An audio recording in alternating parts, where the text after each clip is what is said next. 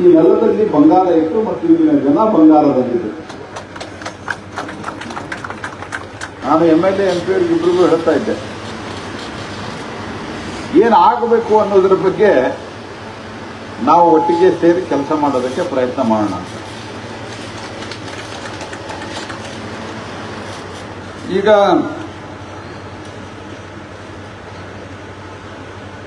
ಈ ಸಂಸ್ಥೆ ಇದರದ್ದು ಕೋಲಾರದ ಇತಿಹಾಸ, ನಾವು ಸ್ಕೂಲ್ದಲ್ಲಿದ್ದಾಗ ಕೋಲಾರ ಚಿನ್ನದ ಗಣಿ ಬಗ್ಗೆ ಓದ್ತಾ ಇದ್ವಿ.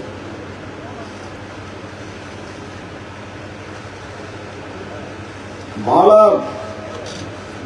ಶತಕಗಳಿಂದ ಒಂದು ಇತಿಹಾಸದ ಪ್ರಕಾರ ಮೊಹಂಜಾದಾರೋ ನಾಗರಿಕತೆ ಸಮಯದಿಂದಲೇ ಕೋಲಾರ ಗರ್ಭದಲ್ಲಿ ಬಹಳ ರತ್ನಗರ್ಭ ವಸುಂಧರ ಅಂತ ಏನು ಹೇಳ್ತಾರೆ, ಕೋಲಾರದ ಗರ್ಭದಲ್ಲಿ ಚಿನ್ನ ಇತ್ತು. ಚೋಳರು, ಗುಪ್ತರು ಹಾಗೂ ಅನೇಕ ಸಾಮ್ರಾಜ್ಯಗಳನ್ನು ಈ ನಗರ ಆಕರ್ಷಿಸಿತ್ತು ಅನ್ನೋದು ಇತಿಹಾಸದಲ್ಲಿ ಹೇಳ್ತಾರೆ. ಅತ್ಯಂತ ದೊಡ್ಡ ನಗರಗಳಲ್ಲಿ ಆಸ್ಪತ್ರೆಗಳು, ಗೋಲ್ಫ್ ಕ್ರೀಡಾಂಗಣಗಳು ಇಲ್ಲದಾಗ ಇಲ್ಲಿ ಇತ್ತು ಅನ್ನೋದು ಇತಿಹಾಸದಲ್ಲಿ ಹೇಳ್ತಾರೆ. ಇಡೀ ರಾಜ್ಯದಲ್ಲಿ ಮೊಟ್ಟ ಮೊದಲು ವಿದ್ಯುದ್ದೀಕರಣಗೊಂಡಂತಹ ಒಂದು ನಗರದಲ್ಲಿ ನಗರಗಳ ಪಟ್ಟಿಯಲ್ಲಿ ಮೊದಲನೇದಾಗಿ ಬಂದಿರುವುದು ಕೋಲಾರ. ಕಾವೇರಿ ಜಲ ವಿದ್ಯುತ್ ಕೇಂದ್ರಗಳಿಂದ ವಿದ್ಯುತ್ ಪಡೆದು ನಗರಕ್ಕೆ ಸರಬರಾಜಾಗ್ತಿತ್ತು. ಬ್ರಿಟಿಷರ ಕಾಲದಲ್ಲಂತೂ ಕೋಲಾರ ವಜ್ರ ಮುಕುಟದಂತೆ ಇತ್ತು ಅಂತ ಹೇಳ್ತಾರೆ. ಇದಕ್ಕೆಲ್ಲದಕ್ಕೂ ಕಾರಣ